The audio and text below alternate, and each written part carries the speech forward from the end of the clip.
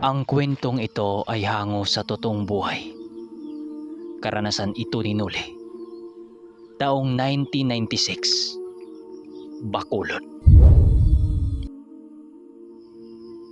Ayon kay Ginoong Sanoy, meron lang umanong lakad ang kanyang maestro. Kaya ito wala sa kanilang tahanan. Sagot naman ni Tonyo. Nang marinig ito ng ermitanyo, tumangulang naman ito at nagpaalam na kay Tonyo. Si Tonyo naman ng mga oras na yun, bumalik na sa kanilang kubo. Gawa ng meron pa itong trabahuin. Habang naglalakad sila Noli at ang ermitanyo kasama sila Danilo, panay naman ang kwento nila patungkol sa nagngangalang Macario. Hindi kasi makapaniwala noon si Noli na merong isang taong biniyayaan ng kaitas-taasan ng hindi masukat na kapangyarihan. Halos tumatak din sa isipan noon ni Noli ang masilayan ang si Rapim bago siya tumanda. Manong Doming, ari bang taglay din ni Macario ang armas na may kasing lakas ng tangan nitong si Noli? Tanong ni Danilo habang sila'y naglalakad. Maaring taglay din ito ni Macario, iho. Hindi ko lang makumpirma. Dahil nga tahimik lang yang si Macario. Kahit kami ay magkakasama, hindi pa rin ito pinagsasabi ang kanyang mga karga. Yung karga din niyang hawak, hindi namin alam kung gaano ito kalakas. At saka tama ka ng hinala. Hanagob na gabunan lang ang nakalaban nila sa kanyang lupain. Sagot ng ermitanyo. Nang marinig ito ni Noli, halos mapalunok lang naman sila ng laway. Dahil sa pagkamangha, kilalang kilala kasi niya ang angka ng mga hanagob dahil putok na putok ito sa baryo nung nandun pa sila. Halos ang ibang aswanga ay sinasamba ang mga hanagob dahil sa kakaiba nitong taglay na katangian. Ayon pa kay Manong Duming, kahit 5 hanagob na aswang ang magsama-sama para patayin ang isang hanagob, ay masyado pa rin itong malabo na manalo ang mga gabunang aswang dito. Minsan na ding nakwento ni Mang Carpio kay Noli ang angka na yon. Kaya labis ang paghala nila Noli at Danilo sa uring yon. Sa lahat kasi ng kwento patungkol sa mga hanagob, ay wala pa siyang narinig tungkol sa kahinaan nito. Lahat kasi ng albularyong nakakaharap ng uri ng gabunang yon ay para itong humarap kay kamatayan. Sa pagpatuloy ng kanilang paglalakad, hindi na nakaimik pa sila Noli. Si Manong Duming naman at Mang Carpio naging abala naman sa pakipag-usap sa mga kaanib nilang nakatira sa lugar na yon. Habang naghihintay sila Noli at Danilo sa kanilang maestro, pinili nilang magmasid sa paligid. Kanuli, napakaganda pala ng lugar na ito. Napakalamig tapos sa malapitan mo pa makita ang mga ulap. Wika naman ni Lando kay Noli. Hindi yan ulap, Doy. Yan ay hamog. Para ka namang hindi taga-bundok eh. Sabat din ni Lidjo. Hindi lang yan mga kaibigan. Marami pa tayong masisilayang mga gandang tanawin sa lugar na ito. Pero kahit ganun pa man kaganda itong narating natin, mas maganda pa rin sa tambayan tayo. Sagot naman ni Noli sa mga ito. Oo naman, Noli. Kahit ako naman, mas gusto kong naroon lang tayo sa ating tambayan. Dahil linggo-linggo, may mga laban tayo sa mga sabungan. Sagot din naman ni Danilo. Magmula kasing umalis sila sa Bacolod, wala na siyang balita sa kanyang pamilya at sa tinatag niyang manukan. Hindi pa kasi nauuso noon ang mga gadget.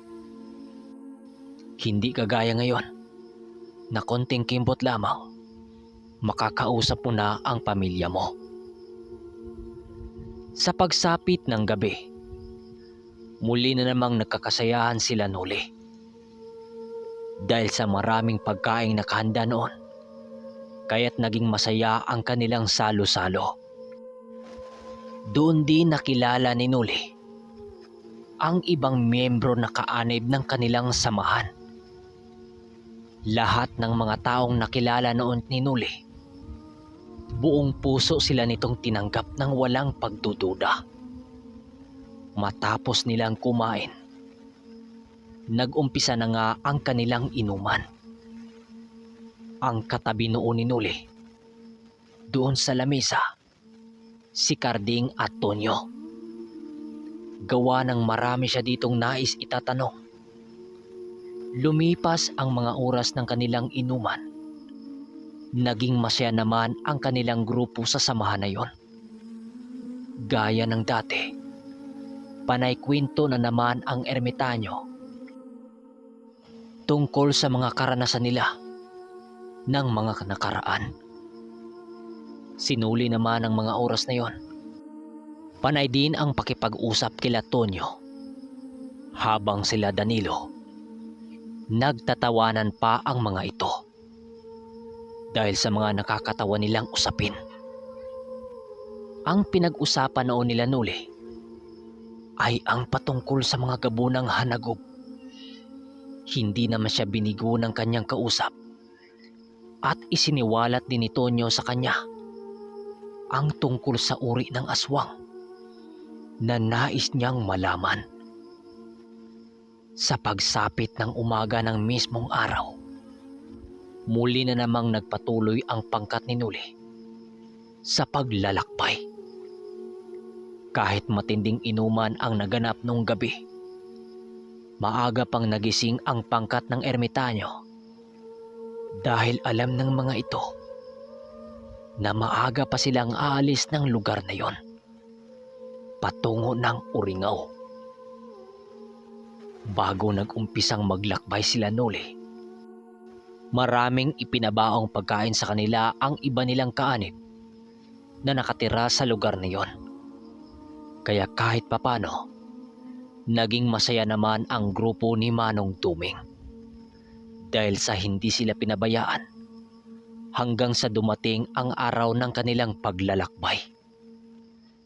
Sa pag-alis nila sa Baryo Alibasong, puro bukirin lang naman ang nakikita nila Noli sa daan. Kukunti lamang ang nakikita nilang bahay sa lugar na iyon dahil sa hindi pa gaano kalaki ang populasyon ng lugar na ito noon. Ang nakikita nilang mga bahay noon ay halos nasa gilid lang ng mga maisan. Kapag nakakita sila ng magsasakang nag-aani ng mga mais, nilapitan nila ito upang hingian ng tubig. Dahan-dahan lang na naglalakbay ang pangkat nila noon dahil sa masyadong matirik ang init ng araw na yon. Mahihirapan ang mga kabayong kanilang sinasakyan at isa din yun sa iniingatan ni Noli. Dahil kapag magkaroon ng sakit ang isa sa mga ito, labi silang mahirapan sa kanilang paglalakbay. Dahil ito ang nagdadala. Mga iyo, ayos lang ba kayo dyan? Tanong ni Manong Duming sa kanila habang sila'y nagpapahinga. Napansin kasi nito si Noli na nakatitig sa malayo habang nakahiga sa lilim ng isang puno. Nang marinig nito ang sinabi ng ermitanyo, agara naman ang paglingon nito sa kinaroroonan ni Manong Duming. Ayos lang naman ang umanong. Iniisip ko lang yung mga tauhan ko sa manukan. Baka kasi kung ano nang nangyari doon habang wala ako. Sagot naman niya rito. Huwag mong alalahanin yun, iho. Maging panatag ang iyong isipan, Nuli. Tandaan mo, nasa bakod ng manukan mo ang mutyang ibinigay ko sa iyo. Ililigtas nito ang lahat ng nilalang na nasa loob nito. Ituon mo ang iyong wisyo sa ating misyon, iho. Dahil hindi natin alam kung kailan susulpot si Sanoy. Sagot naman ito. Palagi noong pinaalalahan si Nuli ng ermitanyo tungkol kay Sanoy. Gawa ng hindi hawak nito ang isipan ng taong yon. Gaya ng sinabi ng ermitanyo, maaring magkaroon ng duelo ang dalawa upang subukin ang kakayahan ni Nuli. Dahil matagal na kasing pangarap ni Sanoy na mataglay ang gabay ng diwata at bigo nitong makamit ang aral na yon. Kaya ang itinatak nito sa kanyang isipan, kung sino man ang biniyayaan na magtaglay nito, susubukin niya kung talagang totoo ang sabi-sabi na lahat ng mga aral nitong napapaloob ay kusang magpapakita sa iyong isipan. Maaring may mga kapangyarihan pa itong hindi pa nasilayan kahit man ang ermitanyo. Dahil sa may kalayuan pa noon ang Uringaw, piniling maglakbay ng dahan-dahan ang kanilang pangkat. Alam nilang abutin ito ng ilang araw, kaya hindi sila nagmamadaling abutin ito sa madaling panahon. Sa paglipas ng gabi noong mismong araw, kagaya ng nakagawian, naghanap sila Nuli ng angkop na lugar na pwede nilang pagpapahingahan. Nadapo sila sa mapatag na lugar noon, kaya kailangan nilang maghanap ng punong magsisilbing lilim sa pagsapit ng gabi. Hindi naman nakaramdam ng pag-alala ang kanilang grupo dahil sa dami nila ng mga oras na yon. At isa pa, napakaaliwalas ng lugar. Wala sila doong nararamdamang kakaiba at tanging mga diwatang puti na lamang ang naririnig nilang kumakanta sa kagubatan. Sa pagsapit ng gabi, nakakita sila ng 5 mataas na puno na pwede nilang pagpapahingahan. Dali-dali nila itong pinuntahan upang madali na nilang maisaayos ang kanilang mga kagamitan at pagkain. Nang marating nila ang 5 nagsisitaasang puno, agad din naman nila itong itinali ang mga kabayo dito. Ang ermitanyo naman ng mga oras na yon ay naglalakad papalayo sa kanilang grupo nang siyang ipinagtataka ni Nuli. Kadalasan kasi, tumutulong si Manong Duming sa mga gawain nila para sa kanilang paglalakbay. Matapos nilang maitali ang mga kabayo, muli na naman niyang sinipat ang kinaroroonan ng ermitanyo. Ngunit, nanlaki noon ang mga mata ni Nuli nang masipat niya ang ermitanyong tumungo sa isang malaking puno na para bang may nais itong gawin. Dahil sa talas ng kanyang pandinig kapag nakapaang nakaapak sa lupa, narinig niya ang inuusal ng ermitanyo nang walang kahirap-hirap.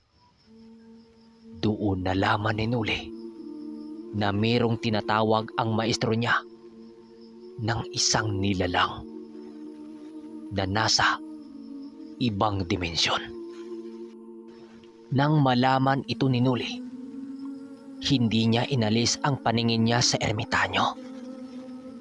Matapos nitong makapagbitaw ng mga usal, laking gulat na lamang ni Nuli nang makasipat siya ng gintong kamay na lumabas sa katawan ng biyak na puno. Segundo lang ang pagitan ng mga oras na yon nang lumabas sa pagitan ng biyak na puno ang ginintuang tikbalang.